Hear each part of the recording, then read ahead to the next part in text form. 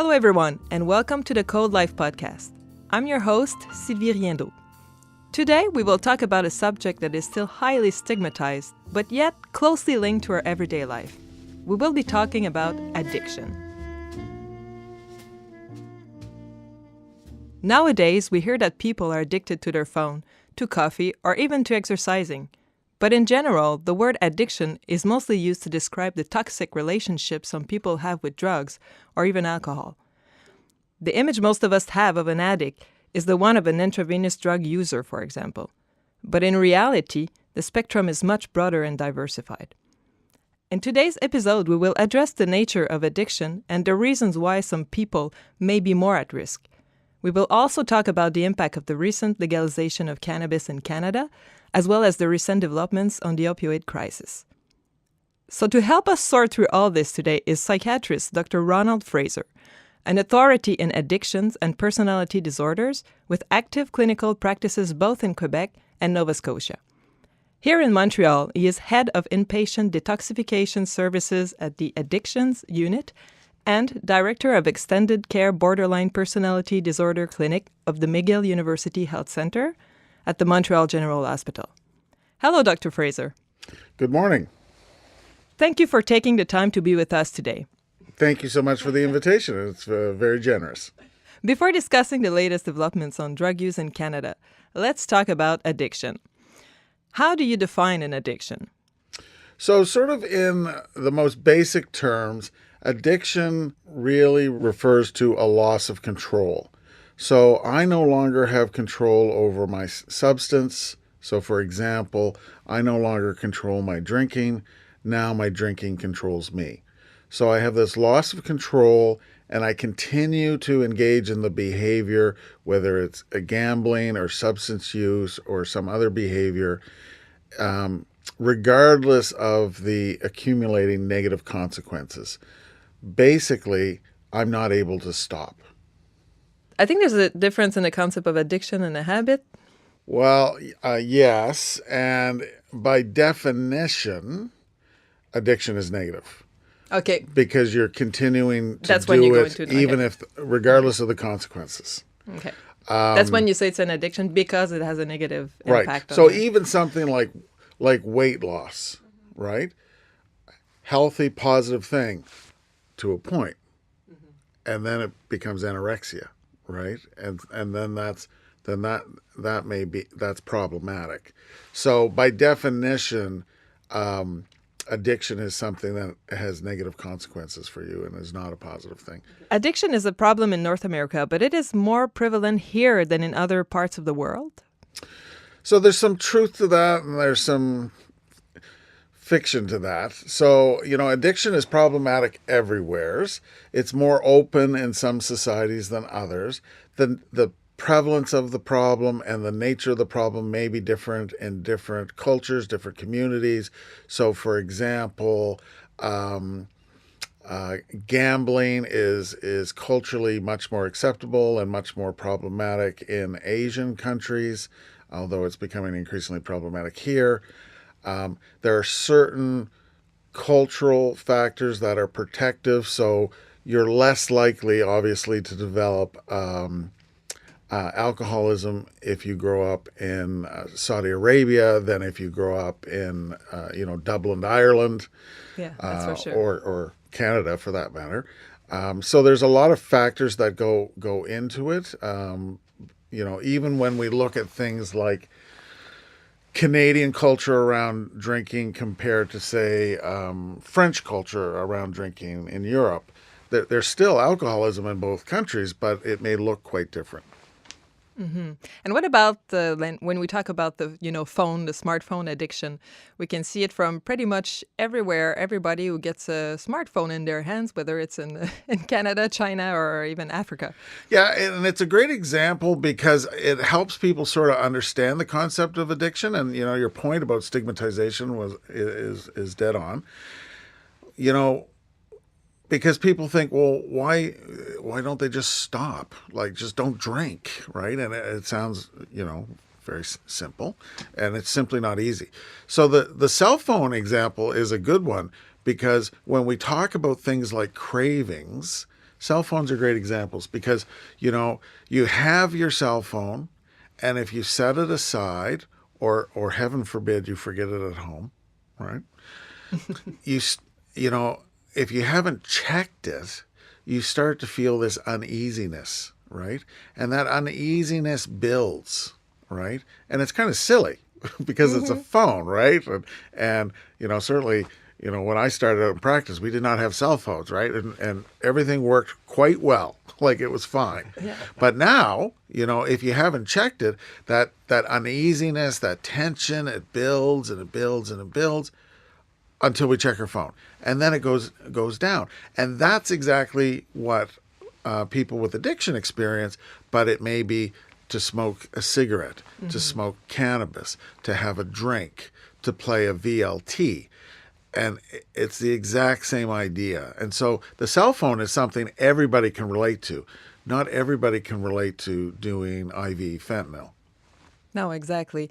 So do you think there are more, if we look at the phone example, we can say that, whether it's a cultural thing, wherever you are on the planet, it seems you get this phone in your hand and you get that sort of addiction to a certain extent. But then are there, types of people that are more, tend to be more addicted to drug, for example? What would explain that a person gets addicted, another one not?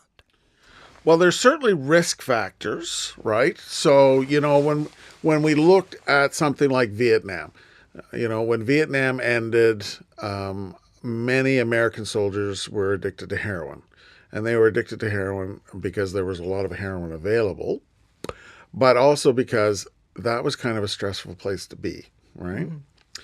And so when they all went back to America and went back to Maine and Iowa and New Mexico and wherever they are, 80% of the soldiers gave up heroin. That was the end of heroin, right? But 20% continued to struggle with severe addiction. And the strongest predictor of who would be able to give it up and who would continue to struggle was a family history. So a family history of addiction, to a lesser extent a family history of mental health issues. And so addictions has a large genetic component, right? So one of the things that we struggle with in our society is we don't necessarily conceptualize addiction as a disease. Mm-hmm. But the reality is it has a large genetic component, and there's a lot of inheritability. Environment plays a role as well, obviously, like as we were talking about whether you grew up in Ireland or Saudi Arabia, that makes a huge difference. Yeah. But genetics is a big thing. So having a family history is by far the number one predictor. There's many other factors, including gender. So if you're male, you're much more at risk than if you're female. Mm-hmm. If you're younger, you're more at risk than if you're older. Poverty is not good for anything. So that increases your risk. But ultimately, addiction is a disease that doesn't really discriminate, right? Mm-hmm. So I'll treat professional athletes and I'll treat homeless people and everything in between, because addiction can affect anybody in our society. And I think that's the thing that people struggle with because, as you said earlier, the face of addiction is sort of the homeless IV drug user in on the downtown east side, Vancouver, like that's the picture. And that's certainly one end of the spectrum, but it's a very, very broad spectrum. There's a difference between an addiction and a good or bad habit. When we talk about a habit, I have this bad habit. Let's say, I don't know, I drink coffee every morning. Is that an addiction? Is that a habit? How should we consider this? Well, that's a good question. and there's unfortunately no easy answer. There's a continuum of addiction. So you can definitely be addicted to coffee, right? So the likelihood of developing physiological dependence if you're exposed to caffeine is about 9%. About 9% of people that take caffeine will become physiologically dependent. And most of us sort of know what that's like because we know what caffeine withdrawal feels like, right? So we wake up in the morning and we have this thirst for caffeine, right? So we have this craving or compulsion. And if we don't get our caffeine, we become increasingly irritable. We feel fatigued, we feel lethargic because we're in caffeine withdrawal, right? And so periodically through the day, we'll have to top up our caffeine levels, right? So we can have a physiological dependence to the substance of caffeine. The difference, though, is there's, the likelihood of developing physiological dependence and then how harmful a substance is. Mm-hmm. So most people, their spouse, do not leave them and change the locks on the door and take the kids because they're going to Tim Hortons too often. But if they're going to the SAQ too often, then sometimes that happens. So there's how addictive a substance is and how harmful a substance is. And that's really what we get concerned about, is when there's profound negative consequences to you doing a habit or consuming a substance. That's the worrisome part. So you can have a healthy relationship with alcohol, and the vast majority of Canadians do. But about 8% of Canadians suffer from alcoholism, and those are the people that we're profoundly concerned about. Mm-hmm. Because, of course, at some point, more alcohol, more drugs, some substance may be more harmful, then a threat to your life. The reality is alcohol is the most harmful substance in the world, right? When you look at all the factors. It's the most prevalent. That's what people use the most. Mm-hmm. But there's all the direct and indirect consequences. So alcohol kills more people each year in Canada than opioids do. Wow. We rightfully are extremely alarmed about the opioid crisis in this country.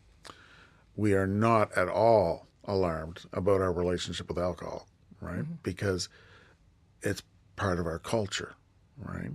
But we have more Canadians dying from alcohol than opioids. So, and when you look at the other, so that's just the health side of things. But when you look at things like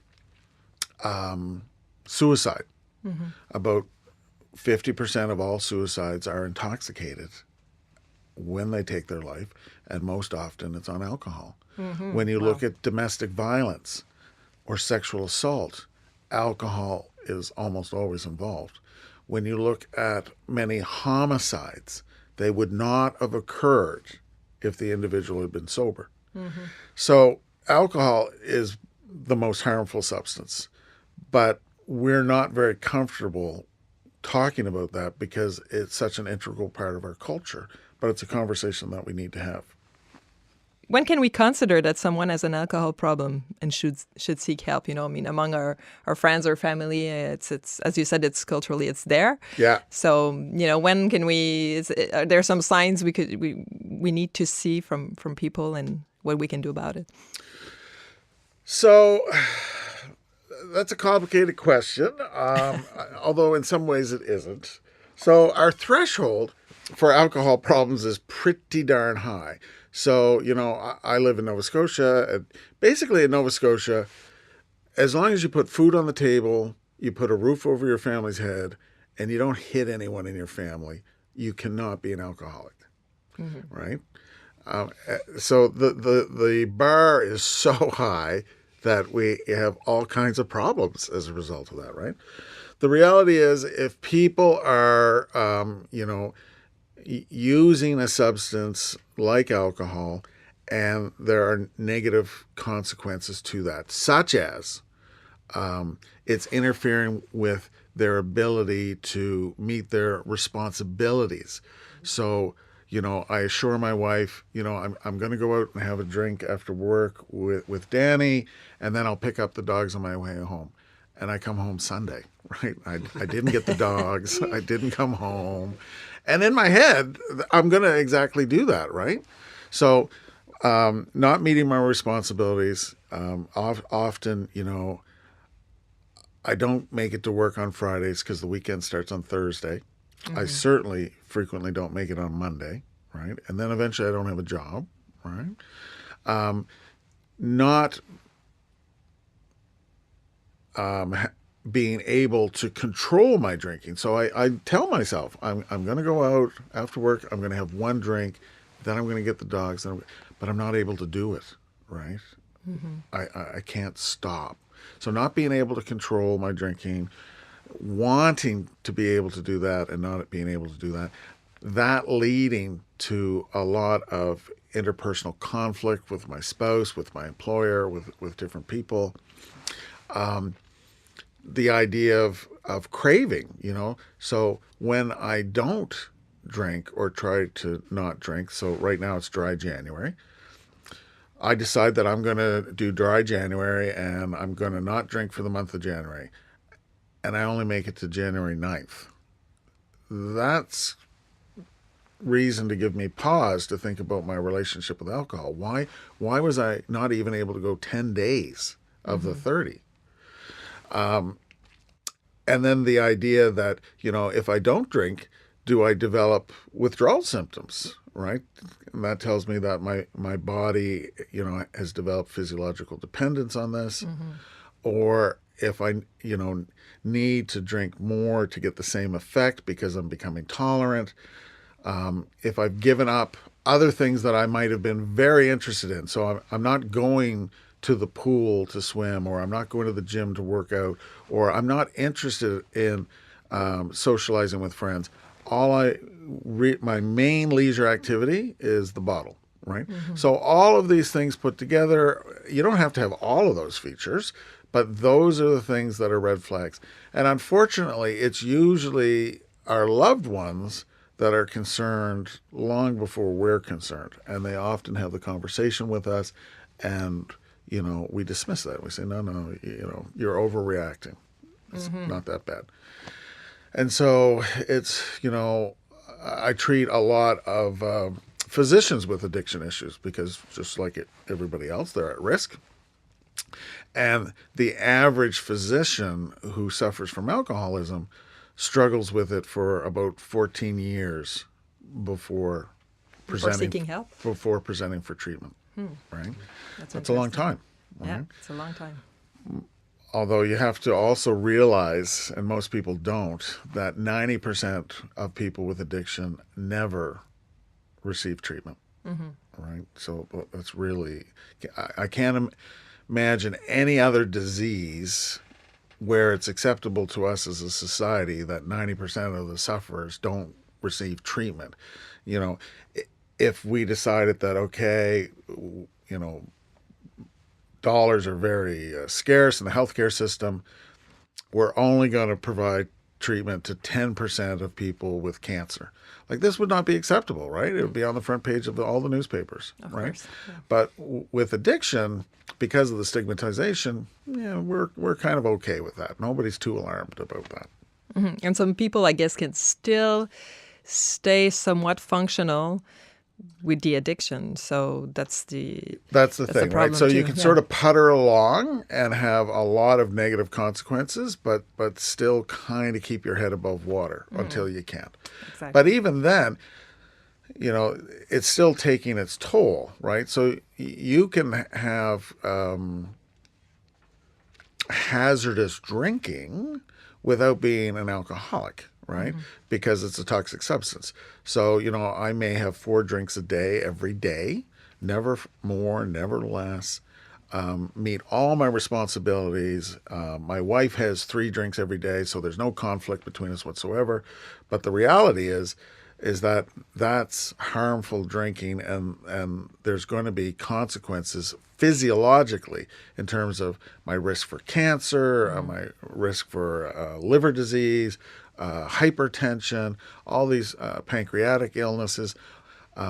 There's going to be consequences, even though I don't suffer from alcoholism, because alcohol is a toxic substance.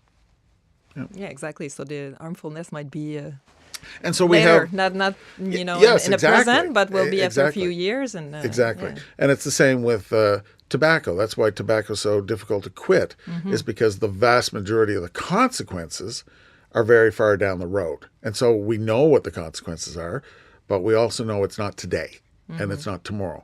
So I'll quit next week or next month. and it's always next week or next month. And that's why it's so difficult to quit. It's because the consequences are so remote as opposed to I got pulled over drinking and driving. The consequences are right then, immediate, apparent, and in your face, right? Exactly. So that makes a big difference. Exactly, and maybe that's why also for some hard drugs, for example, you see the consequences much Exactly. faster. It's immediate. Exactly. Yeah, it's immediate. Yeah, Exactly. Talking about drugs, cannabis recently became legal in Canada, and starting at the age of 18 years old, just like alcohol.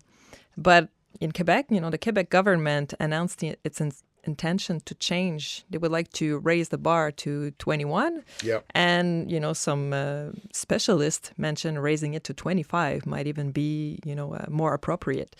Why is that? So the concern with cannabis is that, it's a peculiar drug in the sense that the vast majority of users are under the age of 25. Like the vast majority of users are under the age of 25. Most people that use sort of grow out of it and sort of give it up in their late 20s. It'll be interesting to see with legalization if that changes, if people continue to use longer, and there's implications to that. Mm-hmm. So unfortunately, the vast majority of users are under the age of 25, and that's exactly when we don't want them to use the drug. Okay. And so the reason for that is, despite what you've been told your entire life, adolescence really ends at about 25. Mm-hmm. And the reason that is because that's when your brain stops developing and has reached full maturation. So if you're going to use substances like cannabis or other substances that have toxic effects on the brain, you're best off to do it after the age of 25 so that you're not interfering with your brain development. Mm-hmm. And so that's the concern. So we have all these young people consuming cannabis, interfering with their brain development, and it has consequences in terms of cognitive development, skill development, emotional regulation skills. But the big one that we're concerned about is that we know that cannabis use is associated with developing mental health issues, and the one that we're most concerned about is psychosis, because that has the most negative implications on well-being going forward. So we've known this since the 80s, although people seem to still dismiss it. So I think around 1986 we had the first study, and we know this because it's been replicated a number of times, but the initial study was looking at Swedes. So everybody in Sweden does military service at age 18. So they have these captive cohorts that they follow, and it's very interesting epidemiologically. So they looked at this group of 18-year-old kids, and they looked at how much they smoked cannabis prior to entering the military. Mm-hmm. And then they followed them basically for the rest of their lives, and looked at how many of these individuals went on to develop psychotic disorders. And so the definition of heavy use in that study was having smoked cannabis more than 50 times prior to age 18. So that's basically like, let's say you only started at 17 and you only smoked once a week. Mm-hmm, exactly. We have lots of adolescents that are daily smokers. So if you were in that cohort, you were 6 times more likely to develop a psychotic disorder than the general population. So your risk was dramatically increased. So cannabis is considered a modifiable risk factor for psychosis. So we can't change your genetics or your family history or your gender, and those are non-modifiable. But whether you do or do not consume cannabis, that's modifiable. And when you use it and how you use it. So we talked about low-risk drinking guidelines, sort of referred to those, but there's low-risk cannabis guidelines as well. Mm-hmm. So we know that, try not to smoke cannabis before the age of 25. But we also know that's not that realistic, because that's actually the main market. Yeah, exactly. Right? I mean, it's been proven that it's Yeah, it's always been that way.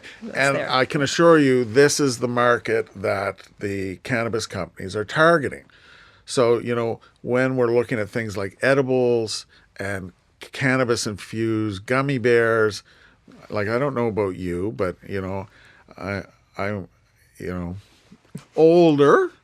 And I can't think of the last time I ate a gummy bear, right? So gummy bears are not targeted towards us, right? Yeah, they're for sure. They're targeted towards kids, to be honest. So this is the market. This is where the money is. This is where they're trying to target. So unfortunately, one of the low-risk guidelines is, after the age of 25, which most people are disregarding. Mm-hmm. But then there are other things like lower THC content and higher CBD content. CBD is a fascinating substrate, and it appears to be protective against developing psychosis. Unfortunately, when you look at what's selling, for the most part, in the recreational market, it's as high THC as you can possibly get and as low CBD as you can possibly get. The medical market's a little bit different because they're more interested in the CBD. So when we look at things like cannabis, often when I talk to parents, they say, well, what's the big deal? My wife and I, we smoked a bit when we were growing up, and we're fine. And my point is, yes, but what you were smoking and what's sold on the street now is like night and day. So, no, exactly. So, 20 years ago, it was 4% THC. The vast majority of street cannabis now is well over 20. Mm-hmm. And if you're consuming things like shatter, it's like 90% THC. It's like pure THC. Yeah. Right? We were talking about the psychosis some people experience, after using marijuana. But I remember, as a teenager, seeing some of friends, smoking weed, and then seeing them a few years later, and they were not going into psychotic, experience, but it's like if their ambitions or their drive was gone. Is there a name to that? Yeah, it's called amotivational syndrome. Okay. So there is totally a name for that. Okay. Because that's what I've seen, on people using marijuana starting teenagers. So you do see that, particularly in people that are heavy users. It's lots of people say that cannabis is really helpful for certain things like creativity, for example, right? Mm-hmm. But it's not so great for things like I think I'll take up mountain climbing or something like that. So it's very relaxing. People feel very serene, but they're not probably going to jump up and run 10K. So for some people, what we see, particularly regular heavy users and adolescents, is it does seem to affect cognition. It does seem to affect motivation. It does seem to affect initiation. And these are sort of the stereotypical kids that are down in the basement playing World of Warcraft when they're supposed to be at Cégep or whatever they're supposed to be doing. And so certainly that's worrisome. The public belief sort of online and the internet and things like that is cannabis is not addictive, and that's not true. About 8% of the population who smokes cannabis is addicted, but that means about 92% aren't, right? Yeah. So like alcohol, you can probably have a healthy relationship with cannabis, or you can have an unhealthy relationship with cannabis. So about 8% of the population is addicted to cannabis, unless you started smoking cannabis as a teenager. Okay. Then it goes to 17%. And so that's a dramatic jump. Yeah. And the vast majority of people start smoking as teenagers. So for a substance that is supposedly not addictive, we treat a lot of people for cannabis addiction. And I was reading something about Portage. Portage has a youth program, and apparently 88% of the young people that enter into that program are seeking treatment for cannabis dependence. So for something that's not addictive, there's a lot of people seeking treatment because they're struggling with their relationship with cannabis. For sure. And there's also the research aspect, because until recently, cultural and, legal forces have somewhat restricted research, on cannabis. Yes, for sure. So it was always focused on the negative impact of cannabis. And now the research make it, easier because it's legal. You can get more, I guess, people saying, yes, I'm doing a research on cannabis, and kind of researching on the positive aspect that cannabis as a product can have on medicine. And so, and that is a key point, right? So to some extent, we don't know what we don't know. A lot of it is poorly understood, poorly studied, poorly researched. We want to make decisions based on evidence, right? And so now we have an opportunity to do more studies about potential medicinal benefits. So, what's the role of cannabinoids in the treatment of pain and the treatment of psychosis, multiple sclerosis, epilepsy. So now we can do more and more studies and see, where does this fit? Because right now there's a lot of things we don't know. But there's also a lot of misinformation out there. So hopefully this opportunity to do research will clarify things and will give us a sense as to what the role is for these different products. Because, most of our medications, many of them come from plants originally. So when we look at things like opioids, which, we see the negative side of opioids, but, if I've fractured my femur, I want opioids, right? So, for sure helps. So they're a great drug, right? Used appropriately. And, when we look at, if we went back to the 1800s, and if you look at what surgery looked like in the 1800s, when we didn't have many of these different medications, that was not a good situation. No, it was just a shot of brandy. Exactly, and bite your belt, Exactly. and off we go. That was not good. So there is really positive aspects of these things when used appropriately, right? Yeah. But there are also pronounced consequences and implication if we're not prescribing them appropriately, or if they're not being used as appropriately. The only good thing that has come out of this opioid crisis is that really is what steamrolled us having all these conversations about addictions and things, because it was so alarming to so many people. And so government has really begun to look at this seriously and is investing in these things. And then the non-treatment side of things is things like harm reduction, where you have safe injection sites, overdose protection with naloxone kits. I think at some stage, we're going to have safe opioid guidelines, things like don't use alone, so that, if you overdose, there's somebody there with you, things like that. But it is a huge problem that unfortunately is not yet turning the tide, and there's a lot of work left still to be done. You were saying, what you wish for the future. If you'd have to tell us today, what would be your ideal, plan for Canada to be able to treat addiction well and make sure, the well-being of the community, Canadian community, what would it be? What would be your plan? Yeah, I have unlimited resources, Big question. Right? Well, there's sort of direct and indirect. So there's preventative measures that I think are important. So, if it were up to me, we would really invest heavily in elementary school, teaching children how to self-soothe. So teaching children mindfulness, because most people turn to substance use because they have a profound inability to tolerate negative emotional states. And they learn quickly that if I get drunk or if I get high, that numbs me. So if we could, start very, very early and give children the skills to self-soothe, that would reduce the likelihood of them turning to substances and dysfunctional, unhealthy ways of self-soothing.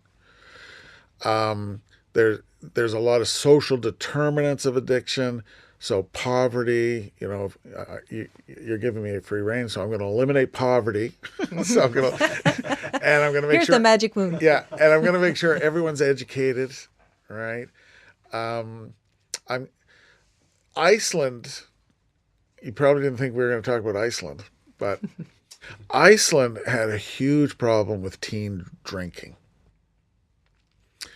And they've had tremendous, tremendous success in addressing that. And the way they've done it is every family, the parents sign a contract. And the contract stipulates two things: that there will be a curfew that will be enforced, where the kids have to be home and in bed, and that every kid is going to be in extracurricular activities.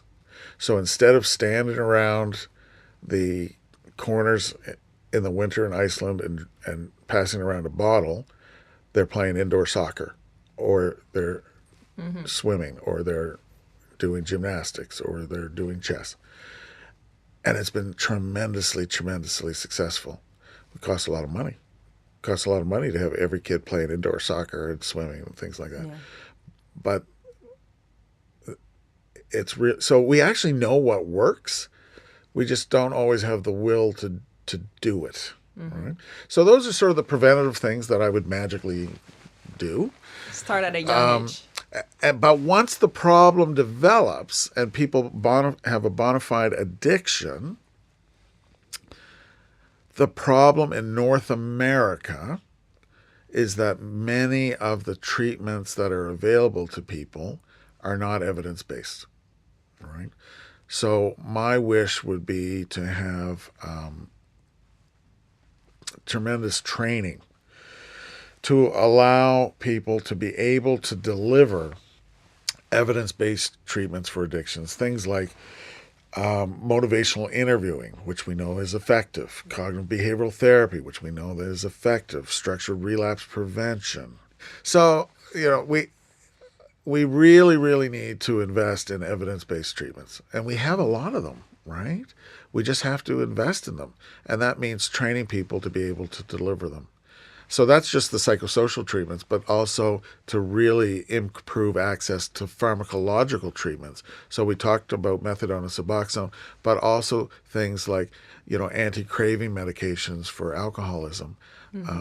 It's very, very difficult for people, even when they're motivated to get treatment, to find evidence-based effective treatments in their communities.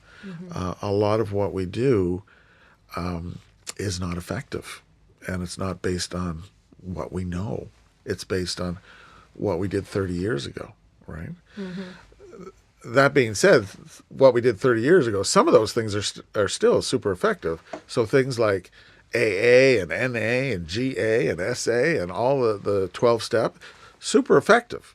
But the problem with addictions is that we have many treatments that we know that are effective, and we also know there's no one treatment that's effective for everybody. So what works for one individual may not work for another, and vice versa. And so it's providing people with as many options as possible. It can't be unlimited. So that people can find a treatment that is effective for them as an individual and their needs. So that's what I would do. All right. Well, we're happy to see that, we feel, entrusted with, having specialists like you looking after this and having all these great ideas to make, improvements in the community towards addictions. So thank you for your time today. It was a pleasure. So it was a pleasure talking to you. We could have talked about, this for like 2 hours.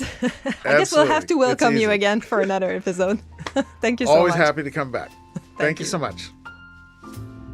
Thank you for listening to the Code Life podcast. For more information, I invite you to visit our website, codelife.ca.